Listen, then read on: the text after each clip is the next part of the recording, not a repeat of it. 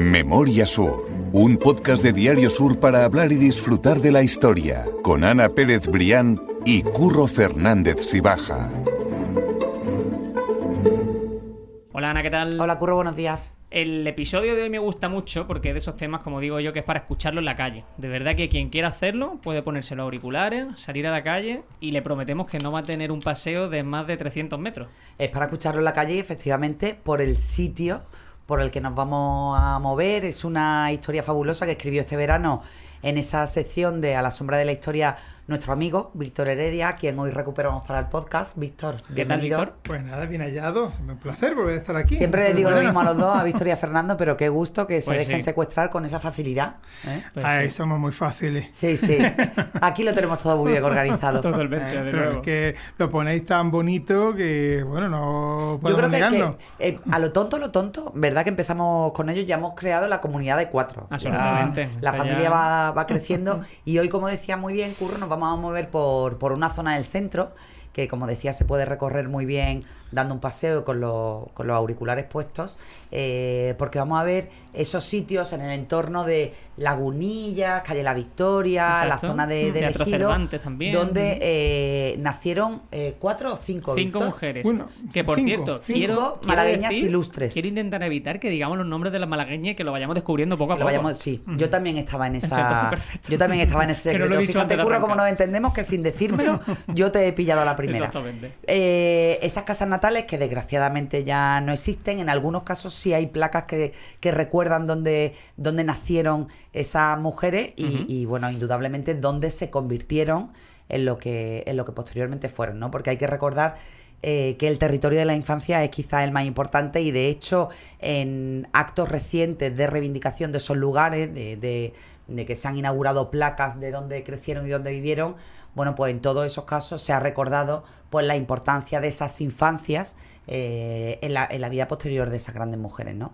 Así que, si te parece, nos metemos de lleno porque a mí particularmente las 5 me encantan y además son absolutamente diferentes en sus trayectorias. Eso es. Pues vamos a dar ese paseo por esas calles, ese barrio, en el que vamos a descubrir cuáles son esas 5 malagueñas ilustres que dieron vida y fama a día de hoy a esos barrios también.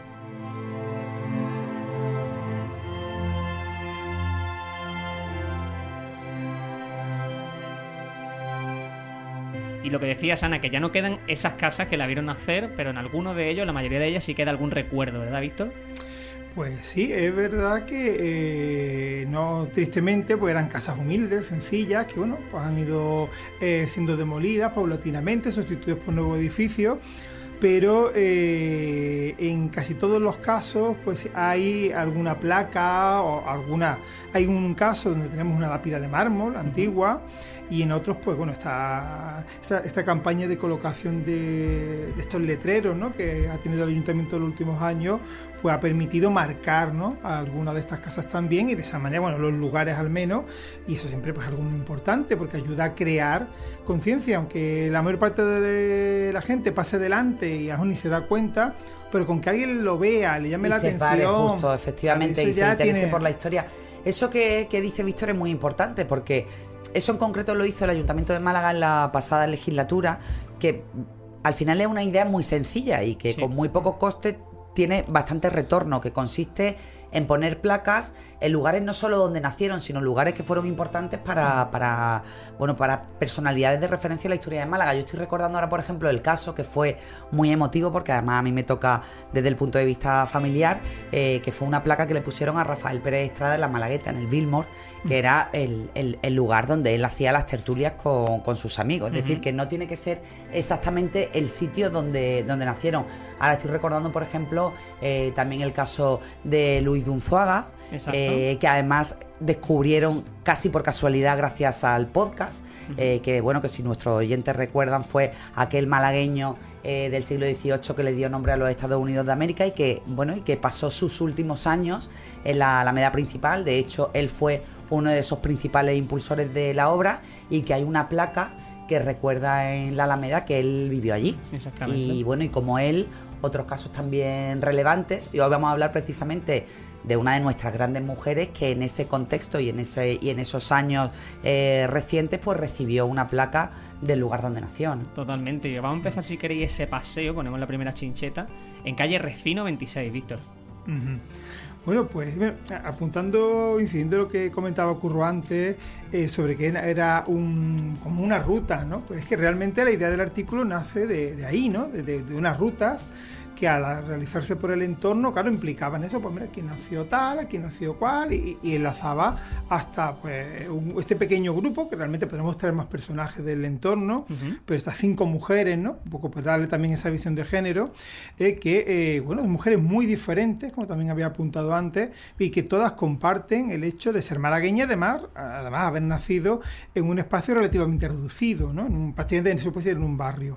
Este barrio que, bueno, tendría como epicentro, ¿no? Como el lugar central que equidistante de las casas natales, pues la Cruz Verde, podemos decir, ¿no? Una zona más muy popular, ¿no? Muy identificada con el mundo del flamenco, y sin embargo vemos que los personajes de los que vamos a hablar son radicalmente diferentes y bueno, dedicados a actividades pues, muy bastante muy diversas.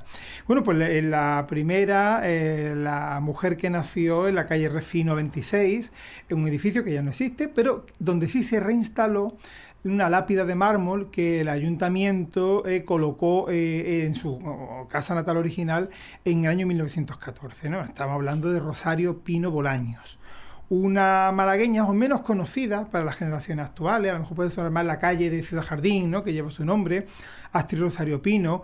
Pero si vamos a otra ciudad española, revisamos sus callejeros, veremos que tiene una calle en Madrid, creo que en Zaragoza, y en otros lugares, porque fue una de las actrices más importantes de España, la época. En el primer tercio del siglo XX, ¿no? Una mujer que además nace muy cerca del Teatro Cervantes, como en la calle Refino, el mismo año en que se estaba construyendo el teatro. Es algo muy particular, ¿no? En 1870 nace pues a pocos metros y luego, bueno, pues se va a desarrollar una carrera que inicialmente tendrá una parte de formación en su Málaga natal, en la Academia de Ruiz Borrego, también por la presencia de Díaz de Escobar, y que ya luego pues dará el salto a Madrid y ya pues se irá integrando la compañía de María Tubau, luego trabajará con María Guerrero, se convertirá en una de las actrices más importantes, claro, en el mundo, cuando hablamos de actrices en este caso de teatro, que entender, claro, que estamos todavía grandes en un damas mundo, de la escena, efectivamente. Claro que no, como ya era una de las grandes damas que existían en los escenarios españoles en ese primer tercio del siglo XX, junto con María Guerrero, Margarita Sirgu, ¿no? Con ese grupo, ¿no?, de grandes actrices que llenaban los teatros, que realizaban giras por toda España, incluso por Hispanoamérica, ¿no? Y ahí vamos a tener, además, la figura de Rosario Pino, que conocemos muy bien gracias a una biografía que escribió hace unos años Rafael Inglada, y que además hizo una exposición en el Mupán que estaba muy bien, porque además no se había comentado, incluso se había apuntado en alguna biografía antigua que ella se había retirado pronto del mundo de la escena, y no, sabemos que ella casi murió con las botas puestas, muere en 1933 en Madrid, y una semana antes había estado actuando en el escenario, ¿no? E incluso tenía proyectos de formar nuevas compañías. Va a ser, por tanto, una mujer que incluso va a llegar a participar en el cine. Pues se recuperó una película en la que ella había intervenido, y que en 1928 muda, y que bueno, nos permitía verla en acción. Claro que el problema de las actrices del mundo teatral antiguo, claro que conocemos las crónicas, pero no vemos cómo fue, ¿no? Sí, hay una documentación, o por cuadros, o por... Claro, en este caso, La Condesa María, ¿no?, que es una película que se pudo recuperar. Recuerdo que en aquella exposición se emitían fragmentos, se proyectaban, y lo que podemos ver a Rosario Pino actuando. Con 58 años, ¿no? Haciendo cuenta por lo que claro, efectivamente, tú, claro, ella muere relativamente joven, ¿sí? 63 años, ¿no? Pero muere pues actuando en los escenarios. También participó en una película sonora, hay referencia, ¿no? Con lo cual hizo sus pinitos, ya pues a una edad madura, en ese incipiente mundo del cine, ¿no? Que bueno, sobre todo fue una actriz de teatro, y famosa también porque era la favorita de Jacinto Benavente, uno de los principales escritores, ¿no?, autores teatrales de los autores de la época. De la época, ¿no?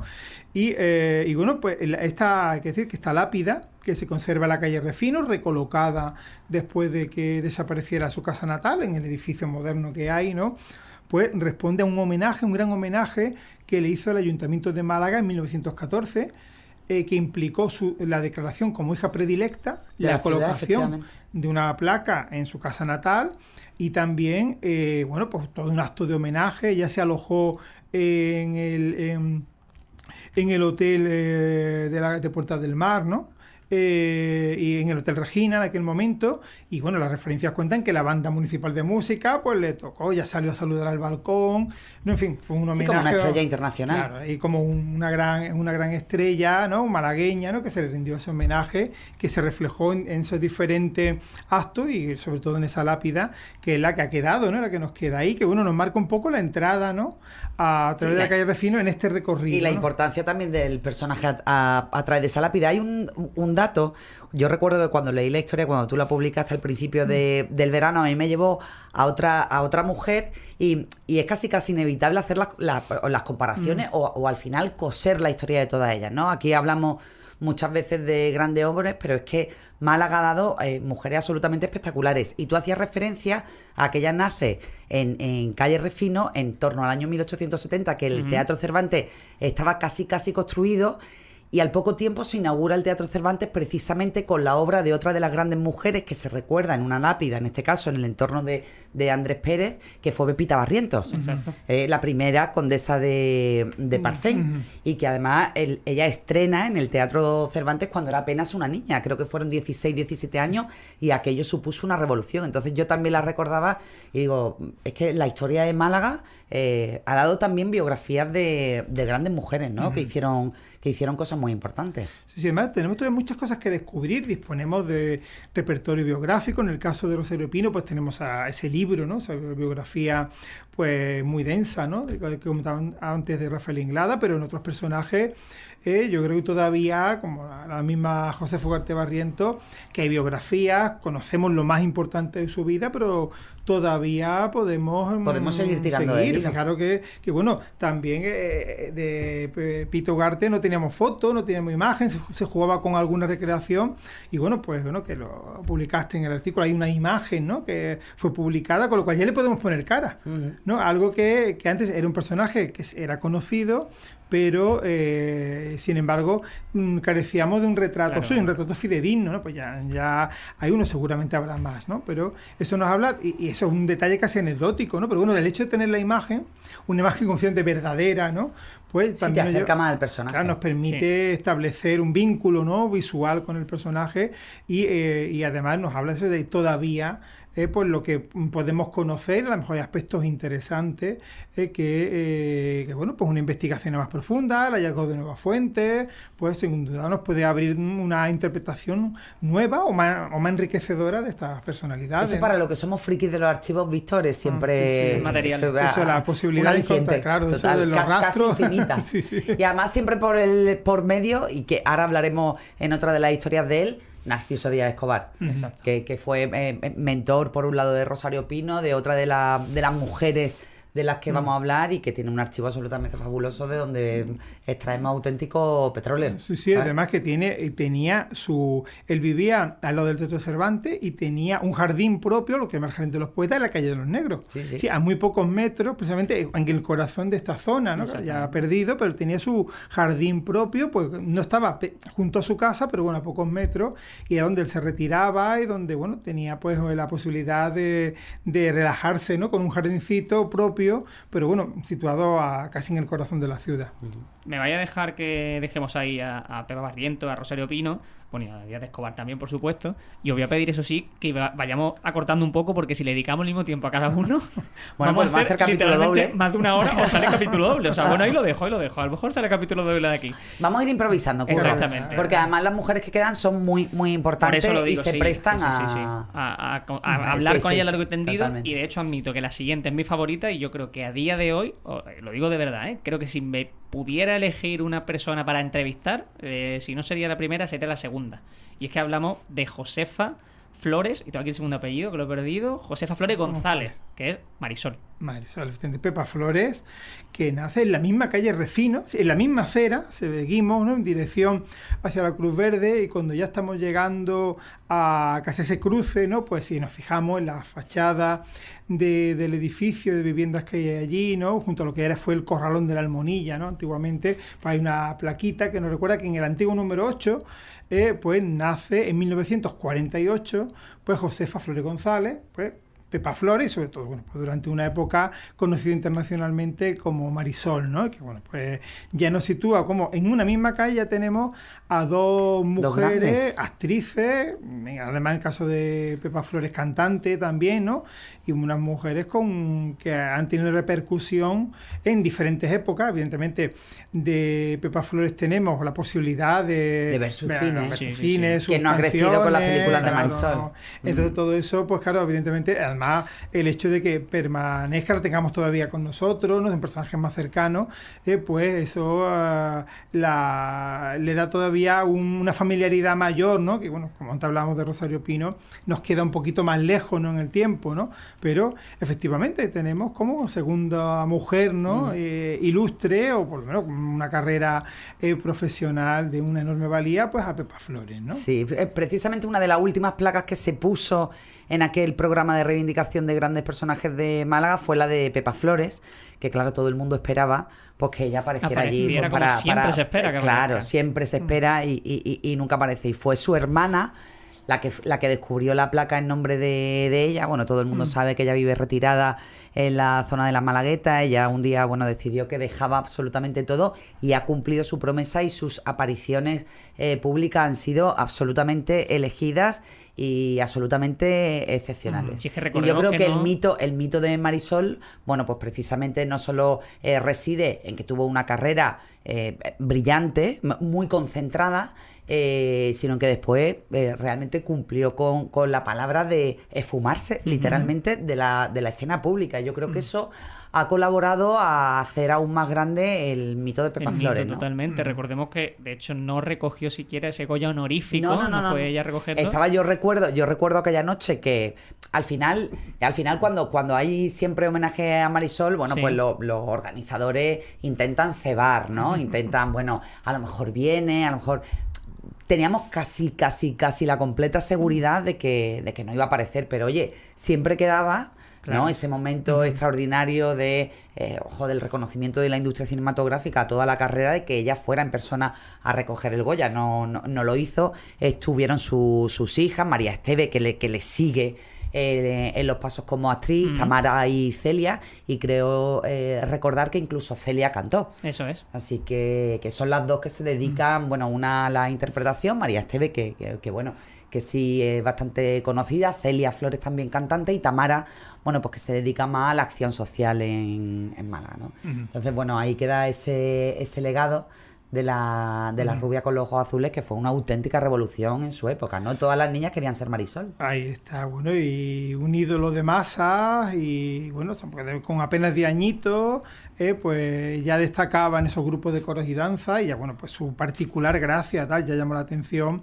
pues, de estos productores que vieron aquí hay un filón, ¿no? Porque claro, ya en España había habido niños prodigios, pero claro, la figura de la niña, ¿no?, claro, pues seguramente puede tener más éxito, y así efectivamente pues se proyecta la imagen de Marisol. Hubo todo un merchandising hoy, claro, fue un personaje que, claro, los coleccionistas tienen unas minas. Las niñas se peinaban como Marisol, se vestían como Marisol, cantaban como ella. Y pero también era la única, entiendo. Quiero decir, no habría muchas más niñas prodigios, no a ese nivel, me refiero. O sea, que imagino que también era cuestión de que fuera la elegida, por decirlo así. Bueno, a su nivel, desde luego, ningún niño prodigio, ¿no?, como se llamaban en la época, alcanzó su repercusión. Hubo otras.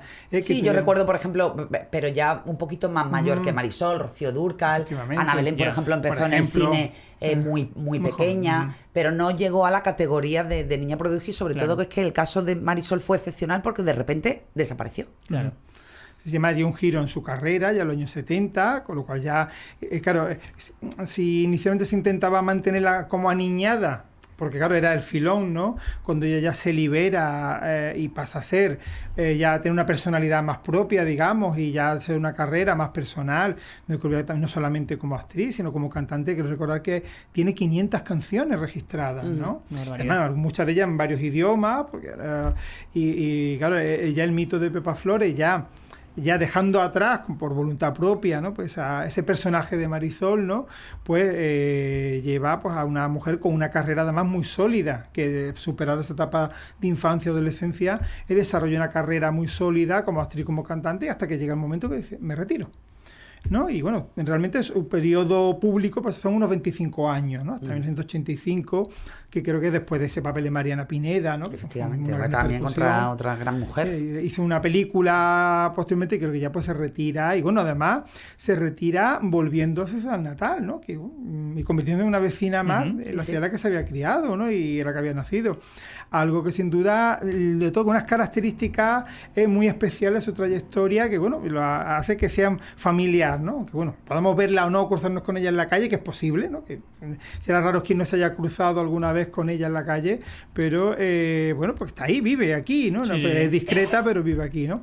Pues eso le da también, especialmente para la ciudadanía malagueña, pues un carácter especial, ¿no? Una mujer con algún vínculo, y luego su repercusión lo podemos ver en eso, ¿no? Seguramente cualquier página de coleccionismo, incluso podrían hacerse ferias, claro, de todo uno, y no solamente en España, ¿no? Sino que hasta en Japón, ¿no? Hacían cromos de ella, ¿no?